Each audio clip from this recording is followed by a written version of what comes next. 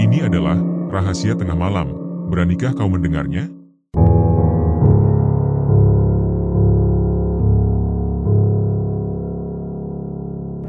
Pak Hafiz, atau yang lebih dikenal dengan sebutan Pak Al, adalah seorang penjual bakso yang baru beberapa bulan terakhir merantau ke kampung Karangjati. Pria yang telah memasuki usia 50-an ini memiliki penampilan yang tergolong biasa saja. Wajahnya selalu dihiasi senyum ramah, tubuhnya agak berisi, dan raut mukanya mencerminkan sosok bapak-bapak sederhana yang tampak baik hati.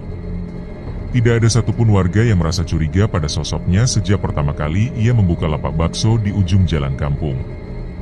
Namun, sejak hari pertama ia berjualan, ada sesuatu yang terasa ganjil.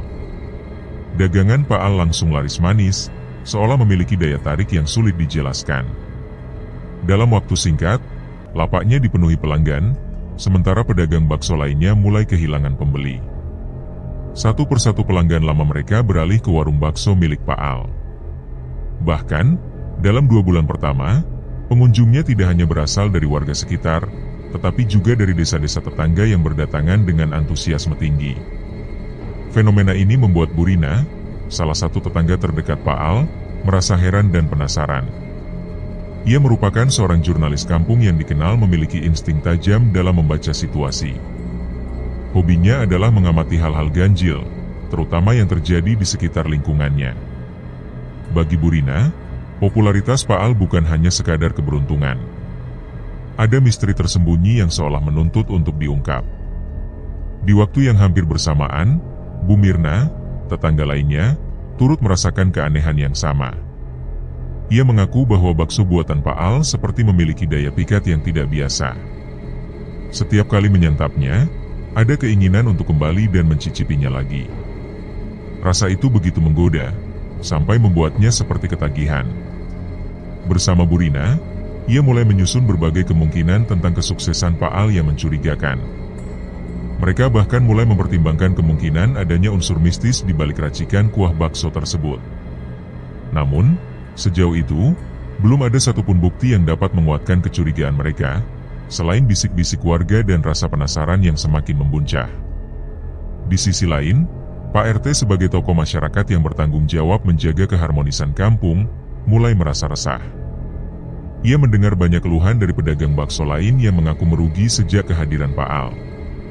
Meski dikenal sebagai pria bijaksana, ia merasa tidak bisa tinggal diam dalam situasi ini. Pak RT mulai memperhatikan perkembangan yang terjadi di sekitar lapak Pak Al. Ketika mendengar keluhan Bu Rina tentang kemungkinan adanya praktik pesugihan di balik kesuksesan itu, Pak RT hanya bisa menarik napas panjang. Meski enggan berprasangka buruk, ia mulai mempertimbangkan untuk melibatkan Ustadz Rahman, seseorang yang dikenal memiliki pemahaman dalam hal-hal gaib. Pak RT menyadari bahwa langkah berhati-hati diperlukan agar tidak menimbulkan fitnah. Namun ia juga tahu bahwa membiarkan kecurigaan tumbuh liar bisa memecah ketentraman kampung. Sementara itu, para pedagang bakso lainnya, yang biasa mangkal di sekitar lapak Pak Al, mulai berkumpul untuk berbagi keluhan. Mereka merasa kehilangan pelanggan dalam jumlah besar. Salah satu di antaranya, Harry, bahkan berkomentar bahwa rasa bakso Pak Al sebenarnya tidak istimewa dan bahkan terlalu banyak penyedap rasa. Meski demikian, para pelanggan tetap saja memadati lapak itu, seolah berada di bawah pengaruh sesuatu yang tidak terlihat. Rasa heran juga muncul dari kalangan pelanggan. Rudi, seorang pemuda kampung yang bekerja sebagai buruh, awalnya hanya mampir karena penasaran melihat keramaian. Namun setelah mencicipi satu mangkok bakso, ia merasakan sensasi luar biasa yang tidak pernah ia temui sebelumnya. Ada kombinasi rasa gurih dan pedas yang sangat pas di lidah. Sejak saat itu, ia kerap datang bersama temannya, Yanto. Mereka menyadari bahwa setiap kali berada di sana, suasananya terasa berbeda, dan selalu ada antrean panjang tak kenal waktu. Desas-desus tentang keanehan di lapak Pak Al semakin ramai dibicarakan. Apalagi ketika Bu Rina mendengar cerita dari Bu Mirna mengenai anaknya yang masih kecil. Anak itu tiba-tiba menjadi sangat suka makan bakso, padahal biasanya sangat sulit disuruh makan. Ketika ditanya alasannya, sang anak menjawab dengan polos bahwa ia menyukai bakso Pak Al karena bisa bertemu dengan Bapak Hitam Gede. Jawaban itu membuat Bu Mirna terperanjat. Ia merasa ada sesuatu yang janggal, karena sepengetahuannya tidak ada siapapun yang sesuai dengan deskripsi tersebut di sekitar lapak Pak Al. Cerita tersebut langsung diceritakan kepada Bu Rina dan Pak RT. Tidak butuh waktu lama hingga kabar itu menyebar ke seluruh kampung. Warga mulai semakin yakin bahwa ada sesuatu yang tidak beres di balik kesuksesan Pak Al. Ketegangan memuncak ketika beberapa orang yang sebelumnya dikenal sebagai pelanggan setia Pak Al, tiba-tiba menghilang tanpa jejak. Pada awalnya, warga mengira mereka hanya pergi merantau atau pindah tanpa pamit. Namun jumlahnya terus bertambah, dan tidak satupun dari mereka kembali atau memberi kabar. Pak RT pun merasa waktunya telah tiba untuk bertindak. Bersama Bu Rina dan beberapa warga lainnya, ia mulai menyusun rencana untuk mengawasi Pak Al secara diam-diam. Mereka juga meminta bantuan dari Ustadz Rahman, agar bisa memastikan apakah ada kekuatan tak kasat mata yang terlibat dalam semua ini. Malam itu, sekelompok warga berkumpul di rumah Pak RT. Mereka membahas strategi terbaik untuk mencari bukti tanpa membuat Pak Al curiga. Ustadz Rahman menyarankan agar mereka mengamati lapak tersebut setelah jam operasional. Menurutnya, benda-benda yang digunakan dalam ritual, jika memang ada, biasanya tidak ditampakkan secara terang-terangan. Pak RT menyadari bahwa mereka tidak bisa menuduh tanpa dasar, namun jika ada sesuatu yang mencurigakan, cepat atau lambat pasti akan terungkap. Bu Rina, yang semula hanya diliputi rasa penasaran, kini merasa tekadnya semakin kuat. Bersama warga lainnya, ia siap melakukan pengintaian dan mencari tahu kebenaran yang sesungguhnya. Sementara rencana penyelidikan tengah disusun, lapak Pak Al tetap dipadati pembeli. Setiap hari, jumlah pelanggan seolah tidak pernah berkurang. Aroma kuah bakso yang menguar dari panci besar milik Pak Al mampu menggoda siapapun yang melewati lapaknya. Pak RT yang ikut mengamati dari jauh, semakin yakin bahwa semua ini bukan kebetulan belaka. Ia hanya menunggu waktu yang tepat untuk bertindak. Namun yang tidak mereka sadari adalah bahwa kebenaran di balik kesuksesan Pak Al jauh lebih gelap dan mengerikan dari apa yang mereka bayangkan. Misteri yang mereka coba bongkar perlahan-lahan akan membuka pintu menuju rahasia kelam, yang berpotensi mengubah wajah kampung Karangjati untuk selamanya. Keingintahuan yang semakin memuncak mendorong Pak RT dan sejumlah warga, termasuk Bu Rina, untuk mulai mengikuti gerak-gerik Pak Al secara diam-diam. Setiap malam, mereka bergiliran mengawasi lapaknya, terutama setelah Pak Al menutup jualannya. Harapan mereka sederhana, menemukan penjelasan logis di balik berbagai keanehan yang belakangan ini terjadi di kampung Karangjati. Suatu malam, ketika langit mulai pekat dan sebagian besar warga telah kembali ke rumah masing-masing, Pak Al terlihat mulai berkemas. Ia merapikan peralatan dagangnya, lalu mengunci gerobak baksonya dengan cermat. Kali ini, ada yang berbeda. Ia tanpa membawa kantong plastik hitam besar yang terlihat berat, membuat beberapa warga yang mengintai dari kejauhan, termasuk Bu Rina dan Pak RT, saling bertukar pandang dalam diam. Pak Al melangkah keluar kampung, menyusuri jalan setapak yang mengarah ke hutan lebat di belakang desa. Keputusan itu mengejutkan para pengintai, sebab hutan tersebut telah lama dikenal angker. Cerita-cerita mistis tentang makhluk hitam raksasa dan sosok-sosok misterius yang kerap menampakkan diri menjadikan tempat itu sebagai lokasi yang dihindari, bahkan di siang hari. Dengan langkah hati-hati, Pak RT, Bu Rina, Ustadz Rahman, serta beberapa warga lainnya membuntuti dari kejauhan. Mereka memastikan langkah mereka tidak menimbulkan suara mencurigakan. Sesekali, Pak Al tampak berhenti dan menoleh ke belakang, seakan menyadari dirinya sedang diikuti. Namun, setiap kali ia menoleh, para warga segera menyembunyikan diri di balik pepohonan atau semak belukar. Sekitar 20 menit perjalanan, Pak Al akhirnya tiba di sebuah gubuk tua yang nyaris tak terlihat karena tertutup rapat oleh belukar. Bangunan itu tampak reot dan tidak terawat, seperti telah lama ditinggalkan. Namun, dari dalamnya memancar cahaya temaram, kelap-kelip nyala api kecil yang menyiratkan bahwa tempat itu tidak sepenuhnya kosong. Para pengintai menahan napas saat mendekat. Suara perempuan tua yang lirih namun tajam terdengar dari dalam gubuk. Mereka mendengarkan dengan saksama, dan dari percakapan yang terdengar, terungkap bahwa Pak Al tengah membahas dagangannya yang kini menjadi pusat perhatian warga. Ia merasa khawatir karena semakin banyak orang yang curiga terhadap kesuksesan lapak baksonya yang tidak wajar. Perempuan tua itu, yang suara parau dan tawanya menimbulkan bulu kuduk berdiri, mengingatkan Pak Al bahwa ia telah terikat oleh sebuah perjanjian. Air liur yang telah ia gunakan dalam adonan bakso bukanlah sembarang bahan, melainkan air liur yang berasal dari genderuwo. Ia diingatkan bahwa tidak ada jalan kembali. Setiap tetes air itu menuntut tumbal. Jika tidak ada korban yang cukup, maka orang terdekat akan menjadi gantinya. Pak Al tampak ketakutan. Ia meletakkan kantong plastik hitam yang dibawanya di lantai gubuk. Dari dalamnya tampak tulang belulang dan sisa-sisa daging yang menyerupai limbah dagangan. Ia mencoba memohon agar korban-korban tidak berasal dari kampungnya sendiri, namun perempuan tua itu menolak. Takdir sudah menyatu dengan kuah bakso yang ia sajikan. Selama cairan itu masih ditambahkan ke dalam adonan, maka para pelanggan akan terus datang, dan tumbal pun akan terus dibutuhkan. Ketegangan meliputi para pengintai. Wajah-wajah mereka berubah pucat. Ketakutan perlahan menjalari tubuh mereka saat kenyataan menyeruak begitu kejam. Pak Al ternyata benar-benar terlibat dalam praktik pesugihan, dan rahasia di balik kelezatan baksonya ternyata jauh lebih gelap dari yang pernah mereka bayangkan.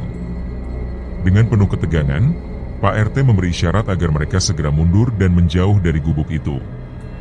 Mereka menyadari bahwa malam itu bukanlah waktu yang tepat untuk bertindak. Perlu bukti yang lebih kuat sebelum mereka bisa membongkar semuanya ke hadapan warga kampung. Setelah merasa cukup jauh, mereka segera berlari secepat mungkin kembali ke desa, dengan napas tersengal-sengal dan hati yang penuh kegelisahan. Sesampainya di kampung, mereka berkumpul di rumah Pak RT. Wajah-wajah mereka dipenuhi kemarahan, ketakutan, dan rasa tidak percaya. Diskusi berlangsung sengit, dipenuhi rasa khawatir akan nasib kampung yang kini berada di ambang kutukan. Ustadz Rahman, yang turut menyaksikan kejadian mengerikan di gubuk tua itu, menyatakan bahwa tindakan segera harus diambil sebelum lebih banyak korban berjatuhan. Pak RT mengangguk dengan penuh tekad. Ia memutuskan bahwa keesokan harinya seluruh warga kampung harus dikumpulkan. Kebenaran harus disampaikan. Namun, ia juga mengingatkan bahwa mereka harus berhati-hati, sebab mereka belum mengetahui sejauh mana kekuatan yang dimiliki Pak Al. Malam itu menjadi malam yang panjang bagi mereka yang mengetahui kebenaran. Tak seorang pun bisa tidur dengan tenang.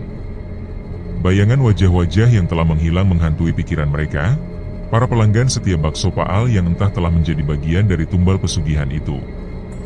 Dalam diam, mereka semua menyadari bahwa esok hari akan menjadi hari yang menentukan bagi nasib kampung Karangjati. Sementara itu, di dalam rumahnya yang sunyi, Pak Al duduk termenung di depan botol kecil berisi cairan lengket berwarna keruh yang baru saja ia peroleh. Wajahnya muram dan gelisah. Dalam hatinya bergolak pertentangan antara rasa bersalah dan ketamakan yang selama ini menjeratnya. Ia sadar bahwa langkah yang telah diambil tidak bisa lagi diurungkan. Namun, ia masih berharap, walau hanya sedikit, agar rahasia kelam yang telah lama disimpannya tidak pernah terungkap. Sayangnya, ia tidak menyadari bahwa malam itu telah menjadi malam terakhir ia bisa bersembunyi di balik topeng kesuksesan yang ternyata penuh kutukan. Pagi itu, kampung Karangjati kembali diguncang oleh kabar yang mengejutkan. Dua pemuda, Rudi dan Yanto, yang selama ini dikenal sering menghabiskan waktu di lapak bakso milik Pak Al, dikabarkan tidak pulang ke rumah sejak 2 hari lalu. Keluarga mereka mulai panik, dan kecemasan menyebar cepat di antara warga. Hilangnya orang-orang di kampung itu bukanlah kejadian baru, namun kali ini, suasananya terasa jauh lebih mencekam karena korban semakin bertambah dan semua kejadian tampak terjadi setelah mengunjungi lapak yang sama. Melihat kondisi yang semakin meresahkan, Pak RT mengambil inisiatif untuk mengumpulkan warga di balai desa. Pertemuan darurat itu dipenuhi oleh wajah-wajah tegang dan gelisah. Sebagian besar dari mereka mulai menduga bahwa ada sesuatu yang tidak wajar tersembunyi di balik popularitas dagangan bakso Pak Al. Pak RT berdiri di depan, mencoba menenangkan suasana yang mulai riuh oleh bisikan-bisikan ketakutan dan spekulasi. Setelah keadaan agak mereda, ia pun mulai menyampaikan hasil pengamatan yang ia dan beberapa warga lakukan pada malam sebelumnya. Disampaikan bahwa dirinya bersama Bu Rina dan Ustadz Rahman telah membuntuti Pak Al ke sebuah tempat di luar kampung, dan mereka menemukan sesuatu yang tidak biasa di balik lapak sederhana yang selama ini terlihat tak mencurigakan itu. Setelah pernyataan tersebut, ketegangan dalam ruangan semakin terasa. Warga mulai saling bertukar pandang, mencoba mencocokkan cerita itu dengan kejadian-kejadian aneh yang mereka alami sendiri belakangan ini. Bu Rina yang duduk di samping Pak RT masih tampak terguncang. Kilasan kejadian di gubuk tua di tengah hutan itu seakan terus berputar di kepalanya. Ustadz Rahman kemudian maju ke depan dan melanjutkan penjelasan. Dengan suara yang tenang namun mengandung keseriusan, ia menceritakan bahwa mereka telah mengikuti Pak Al hingga ke sebuah gubuk tua yang tersembunyi di balik semak-semak rimbun. Di sana, mereka melihat seorang nenek tua menyerahkan botol kecil berisi cairan kental beraroma busuk kepada Pak Al. Dugaan mereka mengarah pada kemungkinan bahwa cairan itulah yang digunakan dalam adonan baksonya, membuat dagangan Pak Al laris namun dengan harga yang sangat gelap, hilangnya nyawa para pembelinya. Cerita itu membuat ruangan menjadi sunyi. Tidak ada lagi bisikan, hanya wajah-wajah yang tampak kaget dan ngeri menyadari bahwa semua keganjilan yang selama ini mereka abaikan mungkin benar-benar berakar dari kekuatan mistis yang telah lama menghantui. Salah seorang warga, Bu Mirna, kemudian angkat bicara. Ia menegaskan bahwa tindakan segera perlu diambil agar tidak ada lagi korban yang jatuh. Ia menyuarakan kepedulian terhadap anak-anak muda kampung yang kerap menjadi sasaran. Pak RT menatap seluruh hadirin dengan penuh kesungguhan. Ia mengusulkan agar malam itu juga, Pak Al diundang ke balai desa untuk dimintai pertanggungjawaban. Warga menyambut gagasan itu dengan persetujuan penuh, dan Ustadz Rahman pun bersiap untuk melindungi pertemuan tersebut secara spiritual, jika ada kekuatan jahat yang mencoba ikut campur. Ketika malam tiba, balai desa dipenuhi oleh warga yang berkumpul dalam suasana tegang. Pak Al akhirnya datang, dengan wajah yang menunjukkan kegugupan dan ketakutan. Ia disambut oleh tatapan penuh kecurigaan. Pak RT membuka percakapan dengan nada penuh tekanan. Disampaikan kepadanya bahwa warga telah mengetahui semuanya, dari perjalanannya ke hutan, hingga pertemuannya dengan nenek misterius di gubuk itu. Pak Al sempat mencoba mengelak. Ia berpura-pura tidak memahami tuduhan yang diarahkan padanya, namun gelagat gugupnya semakin memperkuat kecurigaan warga. Saat Bu Rina ikut bersuara, menyatakan bahwa mereka mendengar sendiri percakapannya dengan nenek di hutan, suasana berubah semakin tegang. Pak Al tak lagi mampu menyembunyikan kebenaran. Ia akhirnya mengakui bahwa dirinya memang telah terlibat dalam sebuah perjanjian pesugihan. Keinginannya untuk membuat dagangannya laris membuatnya rela melakukan perjanjian dengan makhluk gaib. Namun ia mengklaim tidak mengetahui bahwa akibatnya akan seburuk itu. Ia bahkan mengaku sempat percaya bahwa hanya orang luar kampung yang akan menjadi korban. Pengakuan tersebut mengejutkan semua orang. Beberapa warga bahkan terlihat mundur ketakutan. Ustadz Rahman segera maju, mengingatkan Pak Al tentang beratnya konsekuensi dari tindakan semacam itu. Menurutnya, pesugihan tidak hanya tentang kekayaan, melainkan juga tumbal yang harus dibayar dengan nyawa. Pak RT menegaskan bahwa Pak Al tidak lagi bisa tinggal di kampung itu. Ia diberikan dua pilihan, pergi secara sukarela atau dilaporkan kepada pihak berwenang. Tidak ada satupun warga yang membela, dan keputusan untuk mengusir Pak Al diambil malam itu juga. Dengan langkah berat, Pak Al meninggalkan balai desa. Tatapan sinis warga mengiringi kepergiannya, dan rasa bersalah terpancar jelas dari wajahnya. Sebelum benar-benar pergi, ia sempat memperingatkan Ustadz Rahman bahwa kutukan itu belum berakhir. Dikatakannya bahwa selama hutan itu masih berdiri dan seseorang berani mendekat, nenek tua itu akan terus mencari tumbal. Peringatan itu membekas dalam pikiran warga. Meski mereka merasa lega karena sosok yang membawa teror telah diusir, bayang-bayang ketakutan belum sepenuhnya lenyap. Beberapa hari kemudian, kabar menghilangnya seorang warga dari desa tetangga setelah melintasi hutan Karangjati kembali mencuat. Kecemasan kembali menghantui kampung kecil itu, seolah peringatan Pak Al benar adanya. Di rumah keluarga Rudi, suasana duka masih membungkus malam. Ibunya duduk termenung di ruang tamu, matanya sembab karena air mata yang tak kunjung berhenti mengalir.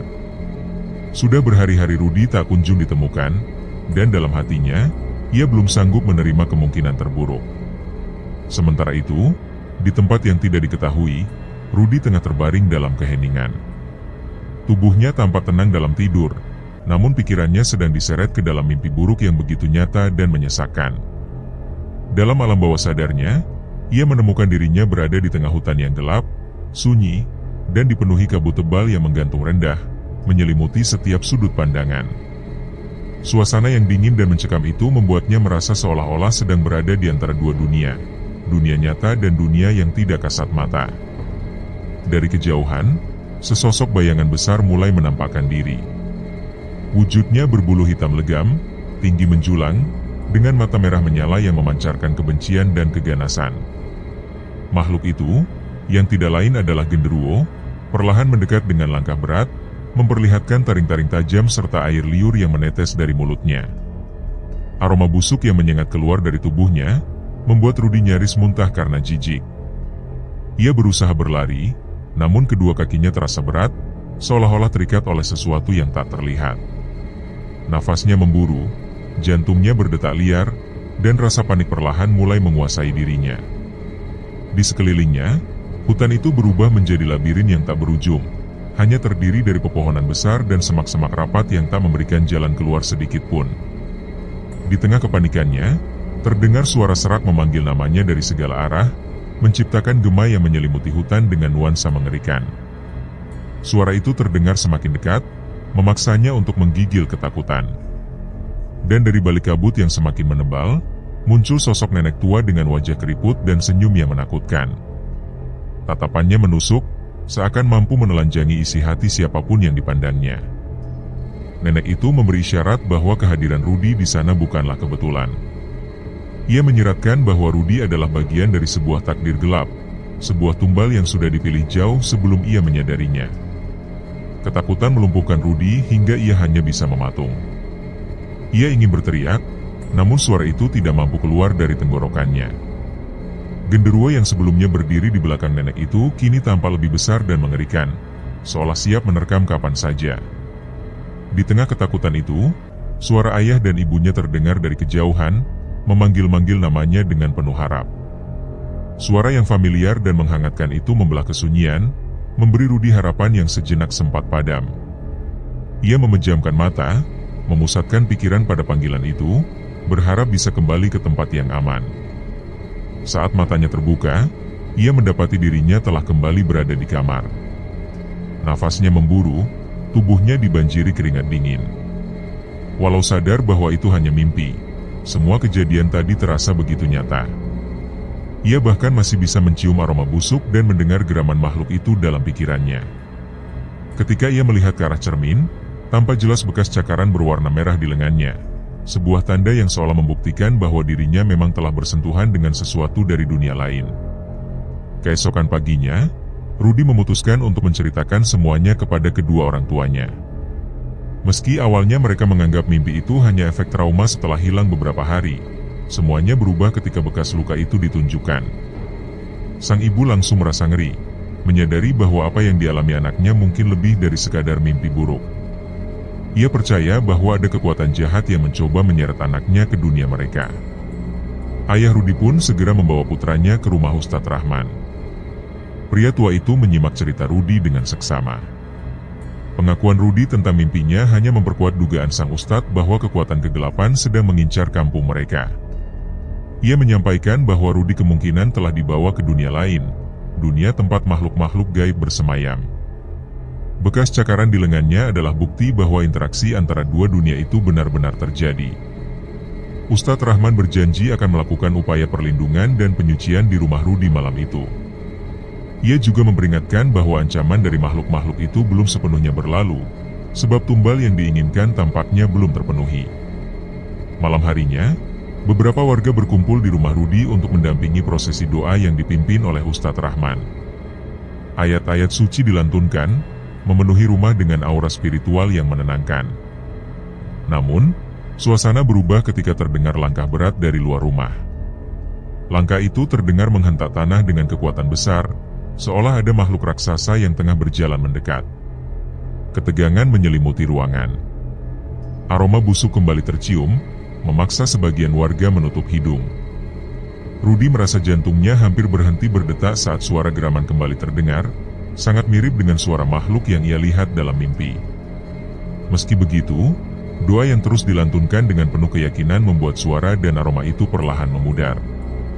Ketika prosesi selesai, Ustadz Rahman menjelaskan bahwa meski makhluk-makhluk itu masih mencoba mendekat, kekuatan doa dan keyakinan dapat menjadi pelindung terkuat. Malam itu Rudi berhasil tidur dengan sedikit lebih tenang, namun ia menyadari bahwa perjuangan belum berakhir. Esok paginya, saat matahari mulai menampakkan diri, ia masih terjaga dengan pandangan kosong. Bekas luka di lengannya perlahan memudar, namun rasa takut dan tanda tanya besar masih tertinggal. Dengan tekad yang mulai tumbuh, ia kembali menemui Ustadz Rahman. Ia berharap bisa menemukan jawaban atas semua kengerian yang menimpanya. Sang Ustadz, dengan raut wajah serius, akhirnya menyarankan sesuatu yang tidak pernah dibayangkan oleh Rudi sebelumnya. Ia mengatakan bahwa untuk memahami semua ini dan mungkin mengakhirinya, Rudi harus menemui sumber dari semua masalah, seorang nenek dukun di gubuk tua yang berada di tengah hutan. Meski hatinya masih diliputi keraguan dan ketakutan, Rudi tahu bahwa ia tidak bisa terus-menerus hidup dalam bayang-bayang teror. Ia menyadari bahwa mungkin, hanya dengan menghadapi akar dari semuanya, ia bisa menemukan kedamaian dan menyelamatkan kampungnya dari kutukan yang belum selesai. Menjelang senja, Rudi mempersiapkan dirinya untuk sebuah perjalanan yang menguji nyali. Hanya berbekal senter, sebotol air, beberapa potong roti, serta jaket tebal untuk mengusir dingin malam, ia melangkah menuju hutan dengan langkah mantap meskipun jantungnya berdegup tak menentu. Jalan setapak yang dilaluinya tampak suram, dengan rimbunnya pepohonan tua yang menjulang tinggi, menciptakan bayangan gelap yang menelan cahaya matahari sore. Suasana yang kelam dan mencekam membuat udara seolah berat untuk dihirup. Semakin jauh ia melangkah ke dalam hutan, vegetasi menjadi semakin lebat. Di tengah rerimbunan itu, berdiri sebuah gubuk tua yang tampak nyaris ambruk. Dindingnya ditumbuhi lumut, atapnya sudah miring, dan pintunya nyaris terlepas dari engsel. Jendela-jendelanya tertutup tirai kotor, sementara dari dalamnya menguar aroma busuk yang menusuk hidung, menambah kesan menyeramkan pada tempat itu. Dengan langkah pelan dan penuh waspada, Rudi mendekati pintu gubuk tersebut lalu mengetuknya perlahan. Keheningan yang menyelimuti sempat membuatnya berniat pergi, hingga tiba-tiba pintu itu terbuka sedikit. Sebuah wajah keriput menyembul dari celahnya, menampakkan sosok nenek tua berambut putih kusut dan mata tajam yang menakutkan. Senyuman menyeringai menghiasi wajahnya, dan seketika tubuh Rudi bergidik. Rudi menyampaikan maksud kedatangannya dengan suara bergetar. Ia ingin mengetahui lebih jauh tentang pesugihan yang dilakukan oleh Pak Al, karena dirinya merasa menjadi salah satu korban dari perjanjian kelam itu. Harapannya sederhana, ia hanya ingin mengakhiri semua teror yang terus menghantuinya. Respons dari sang nenek adalah tawa kecil yang terdengar menakutkan. Suaranya serak, namun kalimat yang keluar dari bibirnya terasa menohok. Ia menjelaskan bahwa seseorang yang telah terjerat dalam pesugihan tidak bisa begitu saja meloloskan diri. Menurutnya, pesugihan bukanlah permainan yang bisa dihentikan dengan mudah.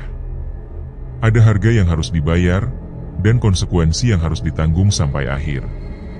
Ketika Rudi bertanya mengapa gangguan itu masih terus terjadi meskipun Pak Al sudah meninggalkan desa, nenek itu mendekatkan wajahnya dan menyatakan bahwa makhluk yang terlibat dalam pesugihan itu, sang genderuwo, masih merasa lapar. Tumbal yang telah diberikan belum cukup untuk memenuhi perjanjiannya.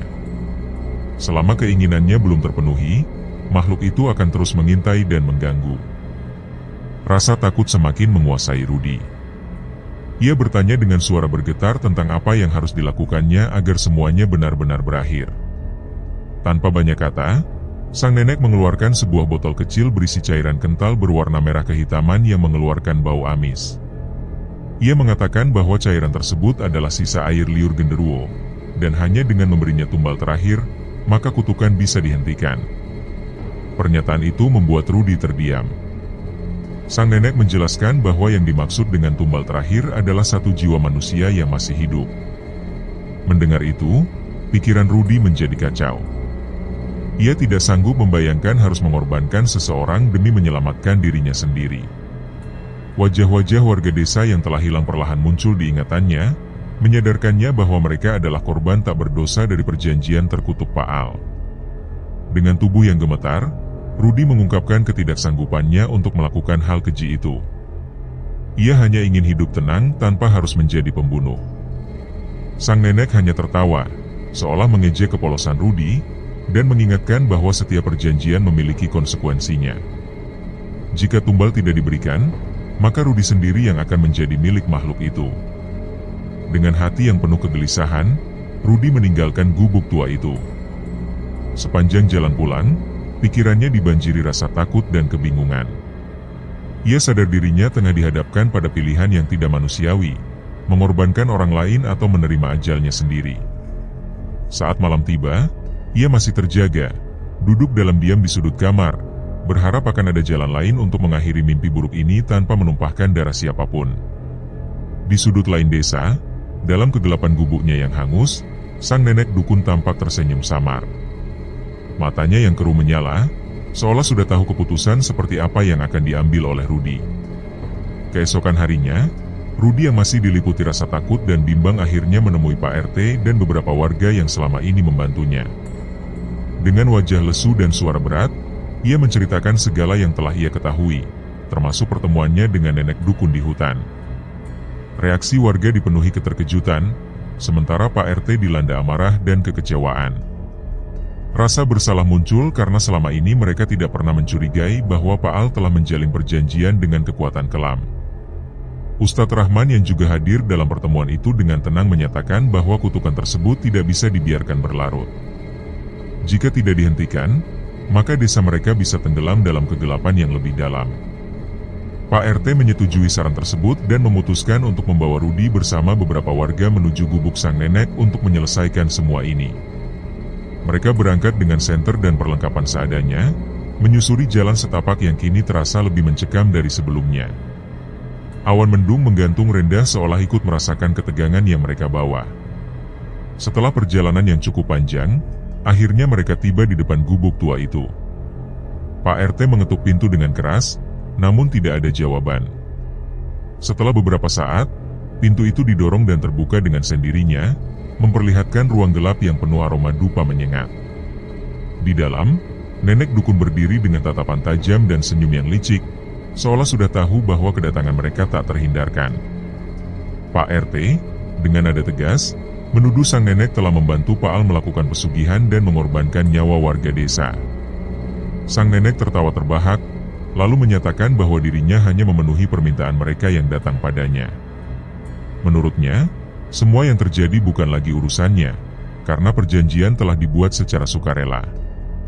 Ustadz Rahman mencoba pendekatan yang lebih tenang, memohon agar sang nenek menghentikan kutukan tersebut. Namun, ia tetap bergeming. Baginya, sekali perjanjian dibuat, maka tidak ada jalan kembali. Satu-satunya cara untuk memutus ikatan dengan makhluk itu hanyalah dengan menghancurkan tempat pesugihan itu sendiri. Pak RT akhirnya mengambil keputusan berat. Demi menyelamatkan desanya, ia memerintahkan agar gubuk itu dibakar. Warga mengumpulkan kayu kering, menyusunnya di sekitar bangunan tua itu, lalu mulai menyalakan api. Saat api mulai membesar, terdengar lolongan mengerikan dari dalam gubuk, lolongan yang membuat bulu kuduk berdiri karena sangat mirip dengan suara genderuwo yang selama ini menghantui mimpi Rudy. Sang nenek berdiri di dekat mereka, masih tersenyum. Namun senyum itu berubah menjadi tatapan penuh dendam ketika api mulai menjilat tubuhnya. Ia tidak berteriak, hanya menatap semua orang dengan mata yang menyala, sebelum akhirnya tubuhnya ambruk ke dalam kobaran api. Saat pagi menjelang, suasana desa Karangjati berubah. Aroma busuk yang selama ini menggantung di udara seolah menghilang bersama abu gubuk yang terbakar. Tidak ada lagi warga yang menghilang, dan mimpi buruk Rudy pun perlahan memudar. Rudy, Pak RT, dan warga desa menyampaikan rasa terima kasih yang mendalam kepada Ustadz Rahman. Mereka menyadari bahwa keputusan untuk menghadapi kutukan itu adalah pilihan yang berat, namun telah menyelamatkan mereka semua. Desa Karangjati kembali tenang, dan cerita tentang pesugihan serta genderuwo perlahan terkubur bersama abu masa lalu. Namun bagi Rudy, semua itu akan tetap menjadi bagian dari ingatan yang tak akan pernah hilang. Sebuah pelajaran pahit bahwa keserakahan selalu membawa bencana, dan bahwa setiap perjanjian kelam pasti menuntut harga yang mahal. Sejak saat itu, tak ada satupun warga yang berani bermain-main dengan hal-hal mistis. Gubuk yang dahulu berdiri di tengah hutan kini tinggal puing, menjadi simbol dari bahaya yang nyaris menghancurkan mereka semua.